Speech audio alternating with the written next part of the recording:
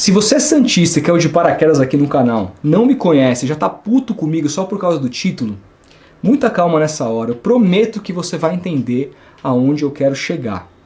Salve, salve galera, eu sou Rodolfo Gomes e com um dia hoje um pouco menos agitado na verdade, nos bastidores da mídia esportiva, que é o tema que domina aqui o canal, resolvi trazer um vídeo para falar mais sobre futebol. Eu sei que é um vídeo que não costuma dar muita audiência aqui no canal, que a galera não gosta muito, portanto se você gosta e quer mais vídeos assim, é muito importante que você compartilhe com seus amigos, deixe seu like, enfim, comente aí embaixo, porque tudo isso o YouTube observa como engajamento e aí ele faz com que o vídeo fique bem no final e aí a gente começa a entender que também é nosso público aqui gosta desse tipo de tema e aí claro a gente volta com mais assuntos assim ao longo dos dias. Bom, embora aí o vídeo traga o Santos como exemplo, propõe uma discussão muito maior e muito mais importante sobre conceitos de futebol, que eu acho que interessa a qualquer um que gosta de acompanhar esse esporte com mais profundidade, independentemente do time que você torça, tá? Por isso que eu acho que todo mundo vai gostar bastante.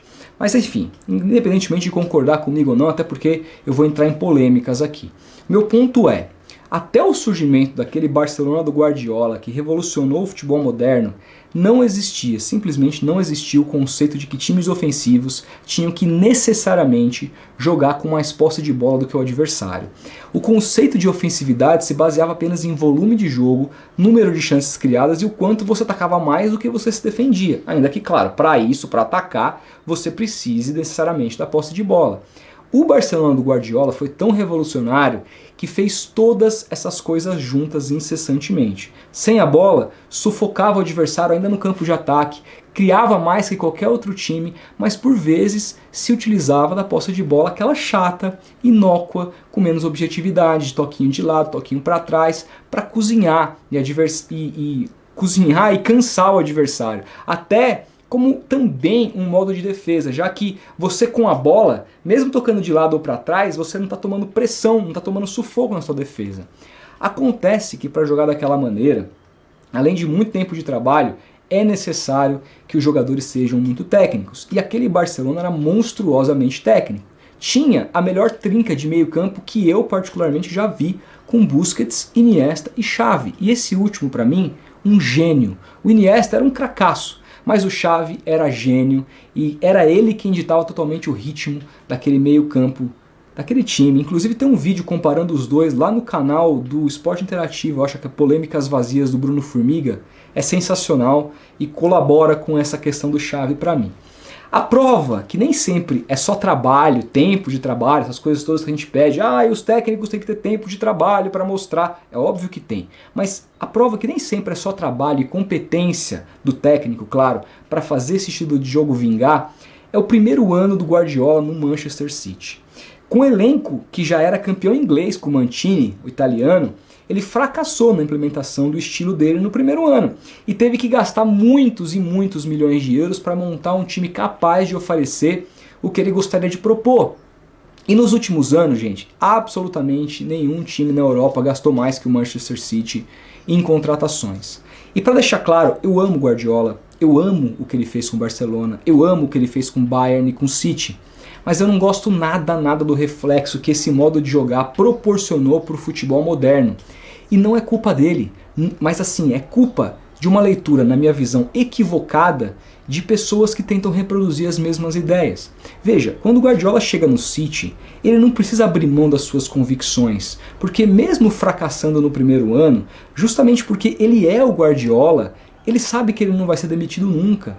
Ele também sabe que as contratações viriam, né? No caso, naquela época, era certeza, independentemente de quanto elas custassem. Então assim, ele não precisou adaptar o estilo dele ao estilo que aqueles jogadores que ele tinha ofereceriam para ele. Mas o clube se adaptou ao estilo Guardiola de jogar futebol. Quem não combinava com aquilo, simplesmente saiu.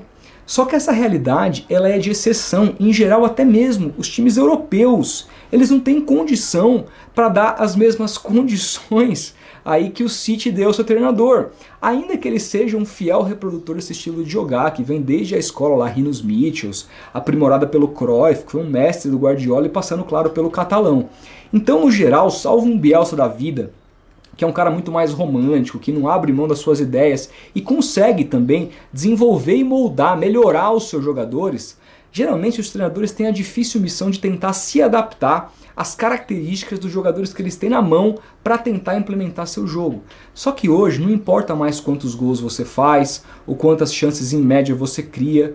Se você se propõe de repente a jogar com linhas mais baixas, aproveitando os espaços na defesa do adversário para jogar em transição no famoso contra-ataque, logo você é taxado de reativo, que é uma palavra sempre encarada de maneira pejorativa, principalmente no Brasil. Passaram a utilizar essa palavra para descredibilizar aí técnicos, muitas vezes técnicos muito ruins, eu concordo, mas aí que tá. O técnico não é ruim por ele ser reativo ou por ele não ser propositivo. Ele é ruim, pode ter uma série de outros motivos, não necessariamente a partir da ideia de jogo que esse cara tem em mente. E é essa confusão que o Guardiola causou na cabeça de muitas pessoas. E essa confusão atinge massivamente até os formadores de opinião. Vamos voltar, fazer um exercício aqui, vamos voltar lá para o Campeonato Brasileiro de 2018. Naquele ano, o campeão foi o Palmeiras, que foi treinado, vocês lembram, Luiz Felipe Scolari, o Filipão ou o Mister 7-1 para muitos. O Palmeiras não só foi campeão daquele ano, mas como ele teve o melhor ataque, foram 64 gols feitos, ou seja, quase 2 por jogo, uma média muito boa, e teve a melhor defesa com apenas 26 gols sofridos, menos de 1 gol sofrido por jogo. Só que aquele Palmeiras, que já era rico, ainda não tinha essa concorrência toda do Flamengo, só apanhava nos debates esportivos por aí. Por quê? Porque tendo um elenco acima dos outros, a opinião pública não admitia que aquele time jogasse em transição, não admitia que ele fosse reativo, esperando o adversário e contragolpeando. E o que a gente mais ouvia naquela época? Que se tratava de um estilo totalmente ultrapassado, que o futebol brasileiro precisava de modernidade, que o Filipão era ótimo em vestiário e só ganhou pela qualidade dos jogadores, que o Palmeiras precisava de mais audácia da diretoria para encarar trabalhos mais modernos e etc. Naquele mesmo campeonato, o Fernando Diniz em paralelo treinava quem? O Fluminense. E o Diniz mantinha uma ideia de jogo completamente diferente do líder Palmeiras, que apesar de também diferente do estilo Guardiola, visava propor jogo, jogar com posse, trocar 500 passes por partida. Só que aquele time do Fluminense não é que ele fosse horrível, não é que ele não criasse chances, não é que ele não tivesse tido bons jogos inclusive legais de assistir. Mas a coisa não fluiu, tanto que depois de perder para o modesto CSA em casa, o Diniz não aguentou a pressão e foi demitido. Só que diferente das críticas ao Filipão, que era um líder incontestável daquele campeonato brasileiro, o Diniz era constantemente amaciado toda semana pela crítica especializada. O Juca Kfouri, que é meu ídolo no jornalismo, chegou a dizer que o Fluminense tinha que manter o Diniz mesmo se caísse para a Série B, tamanha era a boa vontade àquela altura com um cara que propunha algo diferente. E gente, eu entendo, naquela época a gente realmente estava cansado de ver a maioria dos times entregando a bola para o adversário para poder contra-atacar e só. Os jogos eram uma porcaria e o Diniz soube aproveitar aquele período para se autopromover, mesmo sendo um cara que jamais apresentou algo totalmente revolucionário de fato, ou sequer apresentou um trabalho realmente sólido.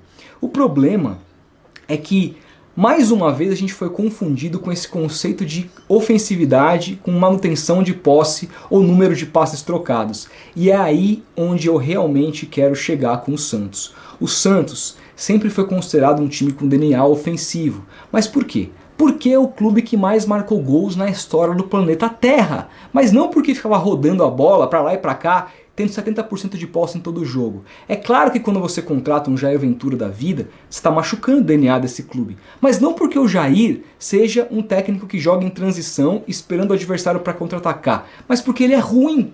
Só que quando se critica o Jair, não se critica só a ruindade, critica-se o fato dele ser reativo, como se esse fosse o problema e como se o fato dele ser reativo fosse o que não serve para times como o Santos, que tem DNA ofensivo. Vamos agora voltar um pouco mais, dessa vez para 2004. Naquele ano, o Campeonato Brasileiro teve mais clubes, foram 24, então o número de jogos era maior, ao todo foram 46 jogos, salvo engano. O Santos, treinado aí pelo Lucha, que diga-se de passagem assumiu o time só no meio do primeiro turno, acabou sendo campeão. Até hoje, aquele foi o recorde de gols num mesmo time, em uma competição, num Campeonato Brasileiro. Foram 103 gols marcados. Isso fora os 11 do David lá, que foram ilegalmente invalidados naquela competição, os santistas mais apaixonados vão lembrar. E mais uma vez, aquele time não era um time de posse, mas era um time de velocidade e transição com Robinho e David. Em 2010, aquela maravilha, um dos maiores times que eu vi jogar do Santos, não era um time de posse e de passes trocados. Em 2011, o time só decola quando traz o Muricy, que faz justamente o quê? Baixa as linhas e dá campo para o Neymar correr. Resultado? Campeão da Libertadores. Só que ninguém nessa época falava que jogar dessa maneira era ser reativo, ainda que fosse reativo. O que eu quero dizer é que ninguém depreciava esse jeito de jogar. E ao longo do tempo, se criou uma noção de que se você não propõe jogo, logo você não respeita o tal do DNA ofensivo. E é justamente a partir desse erro de leitura que essa nova diretoria do Santos, que é muito bem intencionada, diga-se de passagem, foi buscar o Holan. Porque via nele essas características de jogo moderno e propositivo. Acontece que o time desmoronou em relação ao que fazia ano passado, que já não era grande coisa assim. Só que essa sequência de 4 partidas seguidas, não apenas perdendo, mas fazendo 4 goleiros adversários serem meros espectadores, e certamente, gente, é a pior sequência de jogos que eu já vi do Santos. Nem em 2008, quando o Santos quase caiu, eu me lembro de uma sequência tão preocupante. Você simplesmente não sabia, vendo o jogo, que nada iria acontecer ali. E aí que está o X da questão. O Sampaoli foi o Guardiola do Santos no sentido de proporcionar uma confusão tremenda na cabeça das pessoas. Por quê? Porque o Sampaoli não joga pela posse, embora ele ame a posse. Aquela aquele frase de amor pelo balão pegou. Só que o Sampaoli não joga pela posse, ele joga para sufocar o adversário a todo momento, com e sem a bola. Com menos tempo de trabalho que o Holan teve, a gente já observava esses conceitos de trabalho do Careca. Tanto que ele sequer chegou a balançar diante das eliminações ali bem feias do Santos na Sul-Americana e na Copa do Brasil, porque se via uma evolução constante e se notava um conceito de jogo que divertia o santista que estava no estádio ou o cara que estava em casa vendo o jogo. E aí que tá, mesmo ele, Sampaoli, pediu 100 milhões de reais em reforços para cumprir seu contrato em 2020. E se ele pedia 100 milhões de reais em reforços, é porque ele enxergava que aquele elenco, que diga-se de passagem, já era bem melhor do que esse elenco atual, não tinha capacidade para jogar como ele queria, apesar do bom campeonato que ele fez. Sem esses 100 milhões, ele vazou. E aí, claro, o Gesualdo na sequência foi um erro crasso, mas não apenas por ele não ser um técnico propositivo, mas por ele ser um técnico hoje ruim. Tanto que o Cuca, com tudo que você pode criticar, inclusive ao mau trabalho dele no Brasileirão, que eu sempre defendi isso, mesmo jogando de maneira reativa, levou esse time para a final da Libertadores da América. Foi mal na final, é verdade, só que o Cuca ele foi perseguido desde o momento que ele foi anunciado pelo Santos. Ele foi perseguido pelos pseudo-intelectuais da bola e apenas por essas características do famigerado futebol moderno. Ele não tem esse lance de propor jogo. Então, eu me lembro até, gente, que teve canal aí que cobre o Santos, né?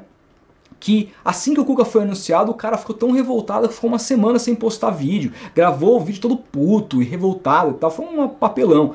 Então assim, quando eu falo que essa ideia do DNA ofensivo pode rebaixar o Santos, eu não estou brincando. Se essa diretoria cair na pilha da imprensa, que acha que jogar ofensivamente é possível só com posse de bola, esse time do Santos pode cair sim pela primeira vez no Campeonato Brasileiro esse ano. Porque esse time do Santos não tem jogadores para jogar dessa maneira. E tá aí pra mim o porquê, a explicação do porquê o Holan pegou o boné. A pressão ajudou, claro, da torcida. Soltar fogos na casa do cara é absolutamente inadmissível, mas ele passou por coisas 1000 vezes piores com os barra bravas argentinos e se manteve por mais 2 anos no Independiente. Pra mim, o Holan viu nesses jogos e no treino que esse elenco era incapaz de jogar da maneira como ele gosta. E sem a possibilidade de grandes contratações, o desgaste só iria aumentar com o tempo até ele ser demitido.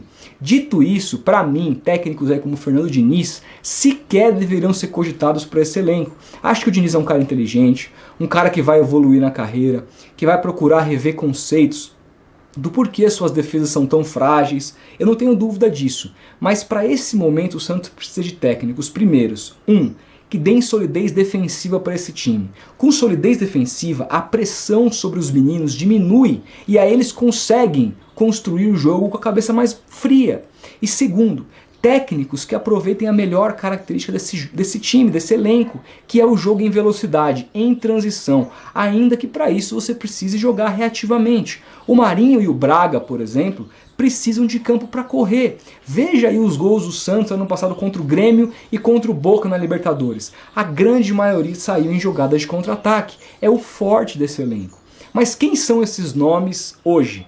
Eu vejo de início dois bons nomes que, claro, estão empregados, mas que eu acho que são possíveis e que eu acho que conseguiriam, em tese, até porque futebol não é ciência exata, entregar esse tipo de jogo que eu acho que encaixa com esse elenco. Um deles é o Guto Ferreira, que está no Ceará. É o atual campeão da Copa do Nordeste, está na final de novo da própria Copa do Nordeste, sábado agora enfrenta o Bahia. Fez um campeonato bastante digno com o Ceará. Inclusive, para quem não sabe, o Ceará marcou mais gols do Campeonato Brasileiro do que o próprio Santos do Cuca, mesmo com um elenco muito menos técnico. E sem contar que eliminou o Santos do Cuca ano passado com méritos a Copa do Brasil. Ou seja, o Ceará do Guto fez o que o Grêmio do Renato e o Boca não conseguiram fazer na Libertadores. Outro nome, esse mais como aposta, mas é outro que eu traria, é do Lisca, que pra mim de doido não tem nada. O Lisca defensivamente na Série B deu aula. O América foi vice-campeão com direito à polêmica que poderia ter dado título ao clube e sofreu apenas 23 gols em 38 jogos. Isso mesmo para nível de Série B é muito impressionante, sem contar que ano passado o América foi semifinalista da Copa do Brasil e vamos lembrar, dificultou bastante a vida do Palmeiras, mesmo com um time muito inferior. Agora, se essa diretoria cair na pilha de que jogar assim é retrógrado ou reativo demais para o DNA ofensivo do Santos, na boa, esse realmente pode ser o ano que o Santista vai se ver rebaixado lá em dezembro.